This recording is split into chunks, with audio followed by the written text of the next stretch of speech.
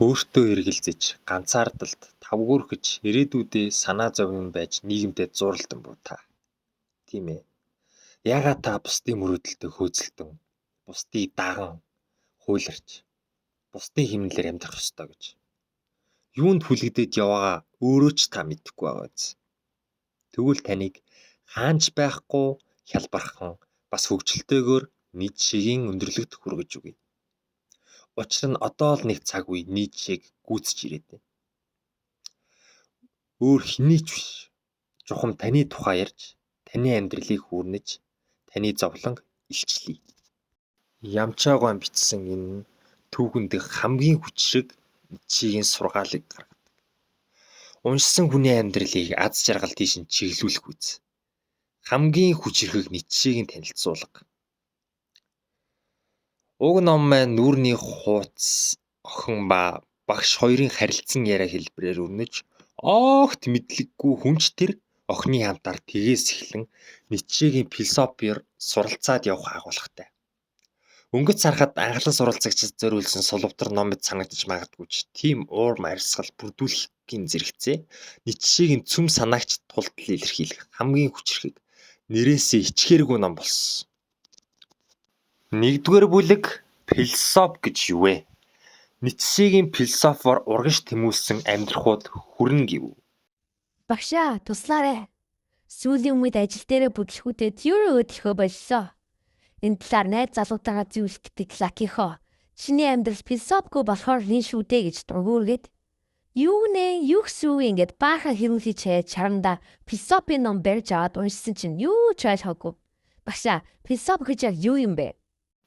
Хүй Акихо, чи чинь ийм хүн байсан юм уу? Гүй яах вэ? Эхлэл хэсэг дээр хөв хүний хөгжлийн номнууд дүрслэгдэх хоосон толгойтой охтын мөнгө хэлхийг хальс дүүрээ түзье гэж бодоод.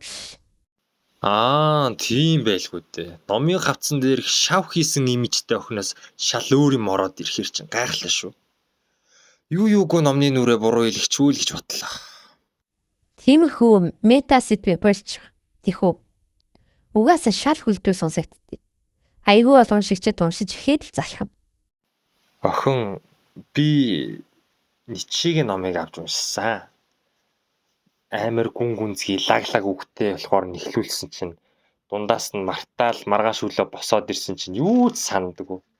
Найз залуутайгаа аж тарамж муутай нэг тийм хүн хүссэн хүлээсэн төгс зүйлтэйгээ учирдгүй юм шүү. Хүсэл тачаадаад байдаг хэрнээ арай гэж өөр юм болгосны дараа анхны баяр хөөр нэг л мэтгэд хийсч чарлаад тэгснээ баг багаар энэ ажил энэ хүн яг мөн үү гэсэн шүүм бодогдоод эхэллээ. Та надад философийн талаар жоохон тайлбарлаад өгөөч. Багш. За тэгье. Чамд Ницшегийн талаар ярив. Ницше бол маш чухал философч. Буцаад философи юу вэ гэсэн асуулт руугаа эргээд оръё. Философиг дотор нь хоёр ангилалтай. Цагаан философи, хар философи. Мөн чанарын философи нь цагаан философи. Хар философи нь экзистенцийн философиг хэлдэг. Чиний над номыг нь уншсан Ницше бол хар философч. Тэгэхээр энэ философиг ярихаас өмнө юун түрүүнд цагаан философиг тайлбарлах хэрэгтэй. Цагаан философи бол яг стандарт үндсэн урсгал нь. Хар нь болохоор яваанда цаг хугацааны ирэхээр туслах урсгал болж гарч ирсэн л дээ. Тэр туслах философч нь харьяалагддаг нь Ницше. Бүр философи гэдэг үгийн утгыг хайх юм бол грек хэлнээс гаралтай. Фило гэдэг нь хайр, софи гэдэг нь мэдлэг.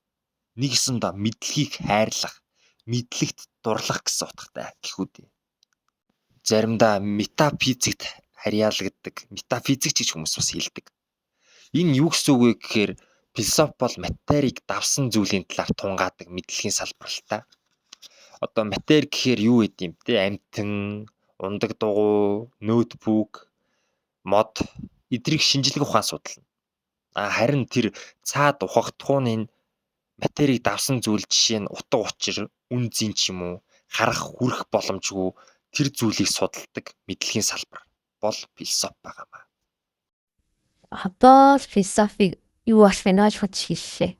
Үдийг хүртэл философи гэхээр амьдралын утга учир аз жаргал шударгаас тиймэрхүү барих барьцгүй агаараа юм ярьдаг хөгсчүүлэх юм гэж бодчихсон чинь нэг гой толгой дотор буугаад ирлээ шүү. Цагтансан газраа майжуулах шиг боллоо. Цагаан философи бол мөн чанарыг тунгаадаг, бясалгадаг мэдлийн салбар гэсэн үг. Жишээ нь амьдралын мөн чанар юу вэ? Аз жаргалын мөн чанар юу вэ? Гэдэг тийм материас давсан тиймэрхүү оршихуйг тайлбарладаг. Миний амьд яваагийн утга учир нь яг юу юм? Тэрний мөн чанар нь юу юм гэж цааш нь судалдаг. Харин чиний тэр уншсан Ницше гэдэг байгаа хүн чинь энэ мөн чанарын эсрэг, мөн чанар гэж байхгүй гэдэг хар талын философч. Мөн чанар гэж байхгүй. Ямар амар үг хэлдэг юм бэ? Ницше гэж ийм хөгийн амьтан байсан юм уу? За бас үгүй дээ. Харин бидний сэтгэлийг илүү чөлөөлсөн буянтай хүнч гэж үзэж болно. Буцаад хар философийн тал руу орё л доо. Хар философи гэдэг бол ердөө л бодит оршихуйг хэлж байгаа юм аа. Зарим хүмүүс л хүндрүүлээд энийг цааш нь субъектив, имитими олон төрөл бүрийх болгоод онооход тавьсан болохоос биш. Хар философи чинь экзистенциализм гэдэг нь бол бодит оршихуй. Хар философи бол мөн чанарын тухай бодоод байдаг уламжилт философийг үгүйсгэж, цагаан философийн эсрэг гарч ирсэн тэрслүү урсгал. Үүний хамгийн том төлөөлөл бол Ницше. 2000 гаруй жилийн түүхтэй байсан философийг эрс үгүйсгэж, философийн цоошин урсгалыг бий болгосон. Тиймээс л Ницшег агуу хүн гэдэг. Түүхэнд нэрээ мөхөлж чадсан. Амьдралд утга учир байхгүй гэдэг үзлийг бүрэн зөвшөөрөөгүй сте. Гэхдээ би Ницше шиг тэслүү хүмүүст хайртай. Ерөөсөө түүний эсрэггүй үзэлтийн юм байна гэж ойлгосон. Ницшегийн философиг ахиад жаахан дэлгэрэнгүй тайлбарлаад өгөөч. Тэгэхээр Акихо, таны амьд яваад утга учир бий юу? Энийг надад үнэхээр чин сэтгэлээсээ хариулж өгөөч. Яг үүндээ шударгаар хэлэхэд над мэтийн хүнд утга учир гэхээр зэмлж байхгүй үстэй гэж боддог. Мэдээ ч миний амьдрал утга учиртай байгаасаа гэж бодохыг хүсдэгтэй. Шууд өөдөөс чиний амьдралд утга учир байхгүй гэж үгүйсгэл амар гомдно. Гэхдээ сэтгэлийнхээ хаа нэгтээ би ч угаасаа тийм онцгой хүн биштэй гэдгийг хүчтэй мэдэрдэг. Яг зөв. Тунч жам ёсны зохистой мэдрэмж гэж бодож байна. Бид чинь ямар нэг кино ч юм уу зохиолын гол дүрүүд биш. Ямар ч хүнд хэцүү байдалд орлоо гэд тэр зохиолыг илүү сонирхолтой болгохын төлөө оршил маягийн зүйл байгаад хожим нь ийм л утга учиртай байж гэж өөртөө нийцүүлж тайлбарлаад байхаар тэр зүйлс нь дандаа тохиолдно гэж байхгүй. Хүн гэдэг чинь тийм зүүд мөрөдлийн амьтан биш. Бодитоор оршин байдаг амьтан шүү дээ. Магадгүй хүн аз жаргалтай амьдрахын төлөө төрдөг. Тэр нь амьдралын утга учир гिचлэн ярих хүн гарах л баг. Гэхдээ тэр хүн тэгж ирснийхээ яг дараагийн гişинд тархинд нь цус харваад ямар нэгэн золгүй байдлаар өхөөд өгч болно. Харих замдаа автын орсолд өртдөг ч юм уу иймэрхүү абсурд эмгэлээр төгсөхийг үгүйсэхгүй. Хүн бол бодит оршихуй.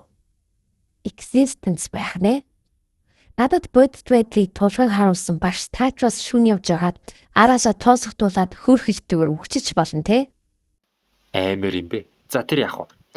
Буцаад философи руу орё л да. Сүүдрийн ертөнц ба аз жаргалгүй бүтцийн талаар Ницше гаргаж ирсэн байд. Одоо жишээ нь хүмүүс ингээл 20 эддээ сайхан хантай уучраал заяаны ханаа бодож төсөөлж мөрөөдөлтөөл жинхэнэ хайрыг хүлээдэг. Иймэрхүү хий хоосон утга учирын ирэлт хатан зүхэрж буй хүмүүсийн байр байдлыг сүүдрийн ертөнц гэдэг үгээр тайлбарласан. За тэр сүүдрийн ертөнц нь яадаг вэ гэхээр за заяаны хань гэж хүмүүс их бодож ярьдэн штэ. Заяаны хань гэж үнэхээр байд юм уу? Яг бодит байдал дээр байхгүй штэ. Зүгээр л эрэгтэй эмэгтэй хоёр хүн гэж байгаа. Тинээс бүр чам зориулаад тусгаалаа бэлдээ тавьсан бэлэг шиг тийм хүн гэж энэ хорвоо ертөнц дээр байхгүй. Тийм зүйлийг бодож төсөөлж мөрөөдөхөд чамд реклам, зар сурталчилгаа, кино, дуу, шүлэг тиймэрхүү юм бодож төсөөлж мөрөөдсөр байгаа чи тийм хоосон хийсвэр төсөөлтөө тэрийг бодож мөрөөдөө таа гэсэн. Эмэгтэй хүн сайхан урамтай, ажил мэргэжилтэй байх нь сайхан, гойлог бие хаагаа хадгалах нь сайн, 20-од наснда үнэнч хайртайгаа учирч гэрлүүл сайн, 20-оос 30 наснда хүүхэд төрүүлбэл сайн гэдэг. Энэ бүх нийгмийн үнэлэмжийн хэмжүүрд чинь сүүдрийн ертөнцид хүлэгдээд байгаа байхгүй юу? Эдгээр нь аль нь ч байхгүй байсан болно шүү дээ. Тийм байхад заавал тийм зүйл бодож мөрөөдөд авах хэрэг байхгүй. Одоо нэг ажил дээр нэг юм бодол байдаг шүү дээ. Ямар ч санал гомдлыг илдгээр хүлээн авч шийдвэрлэх нь сайн ажилтны шинжээ. Ямар ч тохиолдолд цаг баримтлах нь соёлтой иргэний шинж гэдэг. Энэ бол зүгээр л тэр ажлын байгууллагын бодож байгаа хүний бодлол байгаа байхгүй юу? Тэрнээс ч заавал ийм байгаад сайн байх ёстой гэсэн үг биш. Энийг сүүдрийн ертөнц гэдэг байна. За ямар вэ? Ницшегийн сүүдрийн ертөнц гэдэг үгийн цаад санааг нь ойлгож чадв уу? Сүүдрийн ертөнц гэдэг буюу нийгмээс тулгаж нялзаасан ертийн ойлголт ч юм уу, үнэлэмжийн хинжүүрэмтийн зүйлс бүгд хоосон агаар иярэ. Харин хүн бид бол бодит аршгүй буюу existence. Тиймээс агаарын зүйлсэд өөрийгөө тааруулах гэж сэтгэлээр унах огтхон шаардлага. Ингээ бодсон ш. Сэтгэл бүр хөнгөрчлөө. Үүнээс хойш би нийгмийн тулгадаг амьдрахын утга учир мэтийн зүйлсийг бүгдийг нь тоноо. Амьдралд утга учир гэж үгүй. Цаашид ийм л бодлоо амьдралд хандах. Үгүй бас тэгж хандаж болохгүй. Амьдрал утга учиргүй бол нихилизм болно. Үүнийг Ницше сүүлчийн хүмүүс гэж дүгнсэн. За тэгээд сүүлчийн хүн гэдэг нь тайлбарлах юм бол ямар ч зориг мөрөөдөлгүй асуудал бүрээс зугтаж цаг нөхцөөж явсаар амьдралаа барддаг хүмүүс. Ийм хүмүүс хожим ирээдүйд маш их олширно гэж Ницше зүгнсэн байдаг. Хаа байсан тэр хуучин 1800-аад оны тэр үед онгоцч байдаггүйсэн шүү дээ. Хуучин бүр түүхээс өхөө тарах юм бол Христийн шашинд Бурхан хүнийг бүтээсэн. Тийм болохоор биднийг бүтээсэн болохоор ямар нэгэн утга учир байж л таараа гэж боддог байсан. Харин Ницшегийн нэг сургаал нь олныг донсголсон. Тэр нь Бурхан үхэж гисэн. Философийн номын хэсэгт байдیں۔ Бурхан үхсэн хэвээрээ л байна. Тийм ээ. Бид Бурханыг хөнөөсөн. Бид гэвүү нэгэсэндээ хүмүүс Бурханыг хөнөөсөн гэж байгаа юм уу? Тийм ээ. Цаг хугацааны ирэхээр альва зүйлс хөвсөж өөрчлөгдөн ил болж илчлэгдэнэ. Тэр шашны дайн, урсгал, сүмбмийн эрх ямтнуудын бузар булаа илчлэгдээд гараад ирнэ. Хүмүүсийн сүнсэг бишрэл хөрхөл болно. Тийм болохоор Бурханыг хөнөөсөн. Өөрөөр хэлбэл Бурханд итгэхээ болсон. Хайр дурлалч гэсэн хүрдэн штэ. Анхандаа бие биенээ хараад хайрлаж дурлал энэ хүнтэй л хамт байна гэл. Цаг хугацаа өнгөрхийн хэрээр тэр хайр нь хүрдэг. Тэг хөрлөөгөөд болж болохгүй. Тэгэл байгаад идэг. Ийм урсгалаар ингээд хүмүүс сүүлчийн хүн болох процесс руугаа явдаг. Жишээ нь ажил хөдөлмөртэй л байвал амьд явах шалтгаан, хайр дурлал гайхамшигтай гэж итгэдэг цаг үе байсан. Гэвч цаг хугацаа өнгөрхийн хэрээр үүтгартай болж тэдгээрт онцгийн гойд утга учир байхгүй болохыг ойлгоно. Утга учиргүй тул бүх юмс хийх хоосон санагдаж, амьдралын дүүрэн мэдрэмж, хүсэл тэмүүлэл унтрана. Өдөр бүр завгүй ажиллан цаг нөхцөх төдий хүмүүс сүүлчийн хүн болж хувирна. Түүл тэгээд яах встэй? Ямар ч л байсан сүүлчийн хүн шиг найз залуугаасаа салгий байц. За би найз залуугаас салжлаа. Балиар амтны чинь 2 бүсгүүдэд зэрэг үргэлждэг байсан байлээ. Мухагайц яаж намайг тэгж араар тавьж 2 хүнтэй зэрэг явж чаддаг байна. Гэхдээ шууд балиар амтан гэх юм ч бас хайшаа чинь. Өөр улс оронд 2 их нэртэй байж болдог. 3 4 хүнтэй ч зэрэг үргэж болдсон шүү дээ. Яг уу манай улс оронд л тийм ёс суртахуун байхгүй байгаа болохоос ш. Ницше ингэж үздсэн байдیں۔ Ёс суртахуун гэдэг бол resentment буюу сул дороочудаас хүчтнүүд рүү чиглэсэн атаархал, үзэн ядалтаа гэж үздсэн байдیں۔ Юу? Ницше ёс суртахууны сул дороочуудын атаархлаас бий болсон муу зүйл гэж хэллээ гэж юу? Амьдралын утга учир төдийгүй ёс суртахууныг ч бүхээр нь үүсгэн гинэ. Ницше ч үнэхээр хар юм аа. Дэндүү хар юм. Христийн шашин ертөнцийн үн зэнийг хөмбөрлсөн. Хүн болохоор хүч чадалтай мундгаас илүү даруй төлөв сул дорой игэл жирийн энгийн гүдсгэн тусмаа сайн гэж хардаг. Яагаад гэж бодож байна. Ницше сайн гэдэг үгийг үүслээс нь хөөн ухаж цаад механизмыг нь илчлэн уудлахыг зорьсон байна. Тэгтэл үр дүнд нь яасан бэ гэвэл үнэндээ эрт цагийн үнэлэмжийн хэмжүүрээр хүчтэй шилдэг хүн нь эглээр сайн гэгдэн үнэлэгдэг байжээ гэж Ницше өвдсөн. Акихо үүнийг юу гэж бодож байна да? Би түүх энтер сайн мэдэхгүй шүү дээ. Гэхдээ яагаад ч юм тийм байж магадгүй санагдлаа.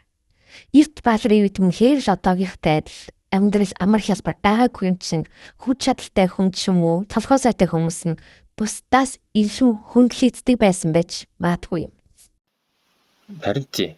Ницше ч бас боддоор тийм байсан. Тэр нь ч зам ёсны хийгээд зүү ёсны үнлэмжийн хэмжүүр гэж бодсон.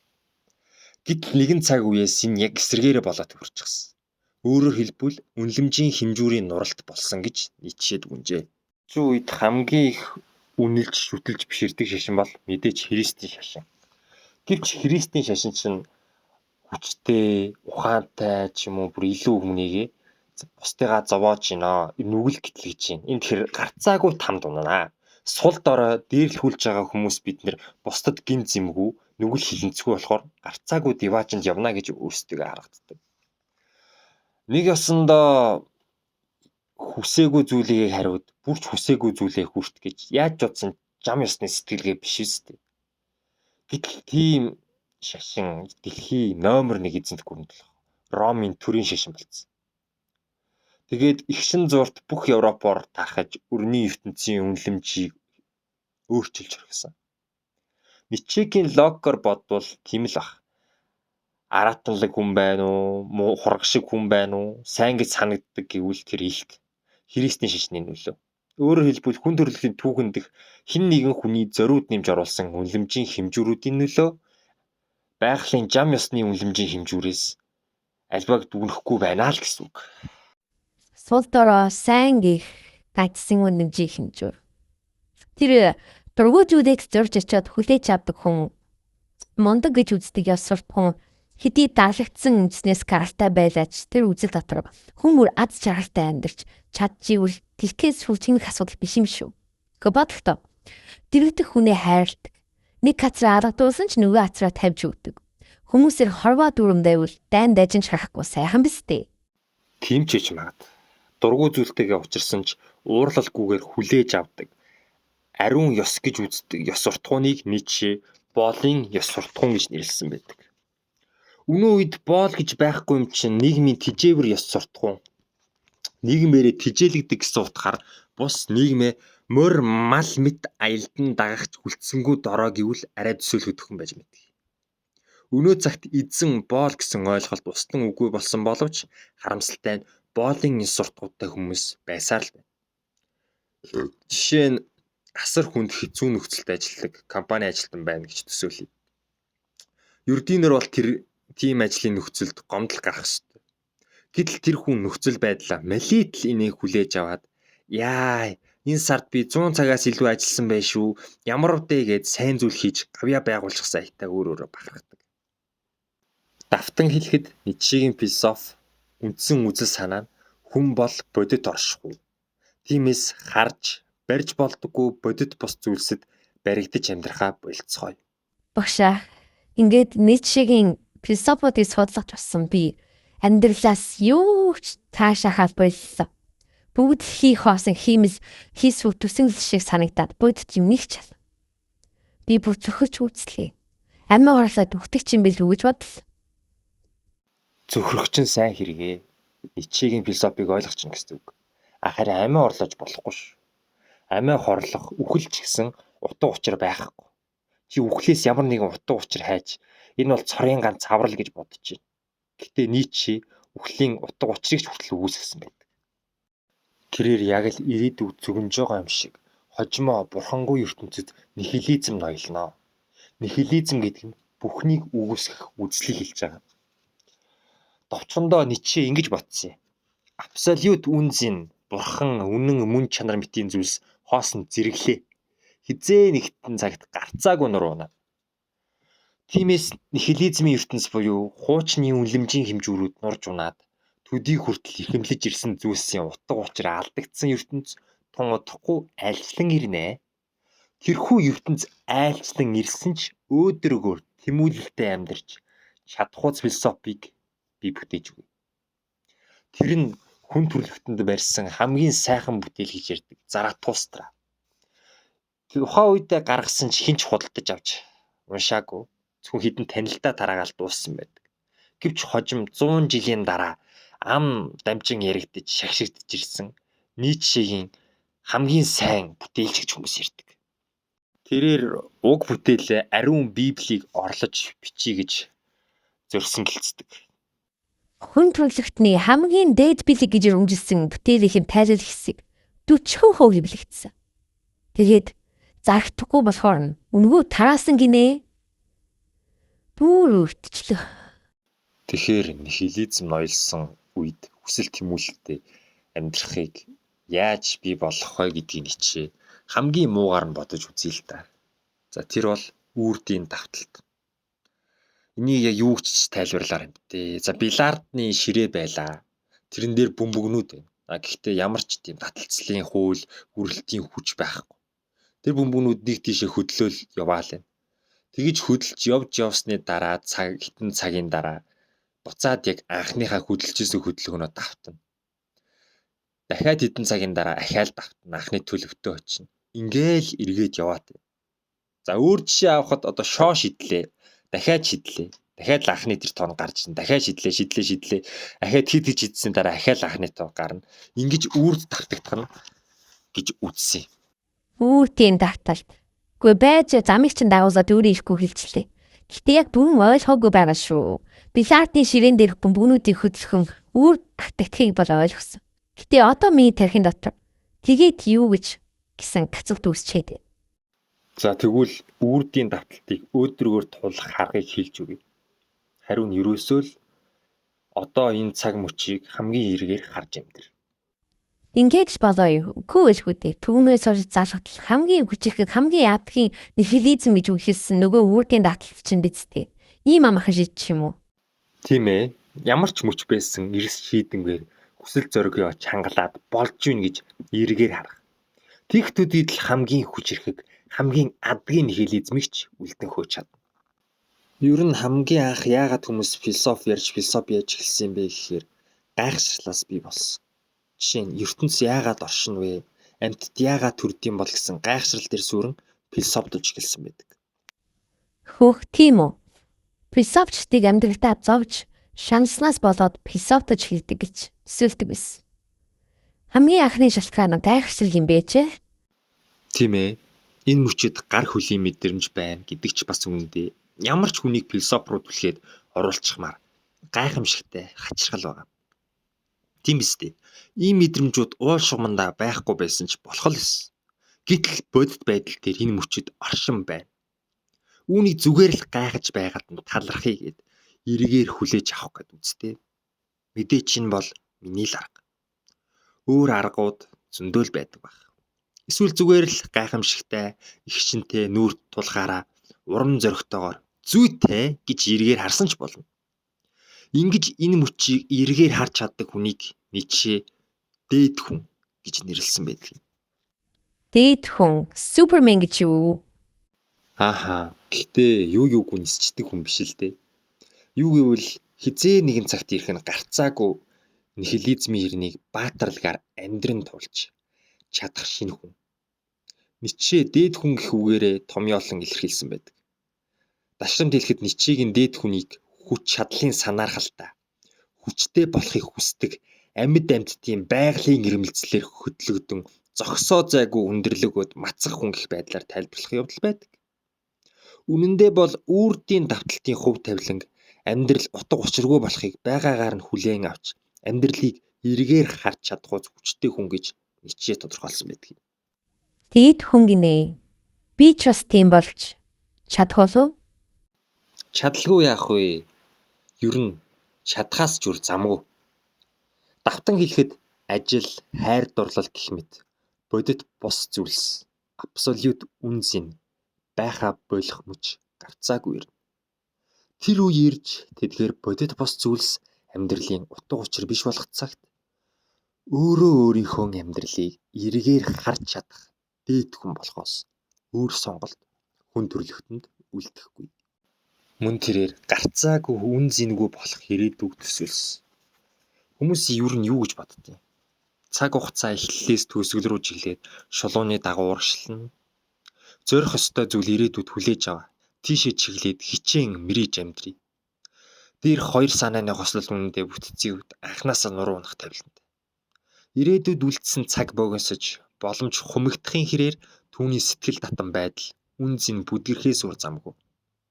Тиймээс бүтцэн өөрөөр хэлбэл үлдсэн цаг богиносдог.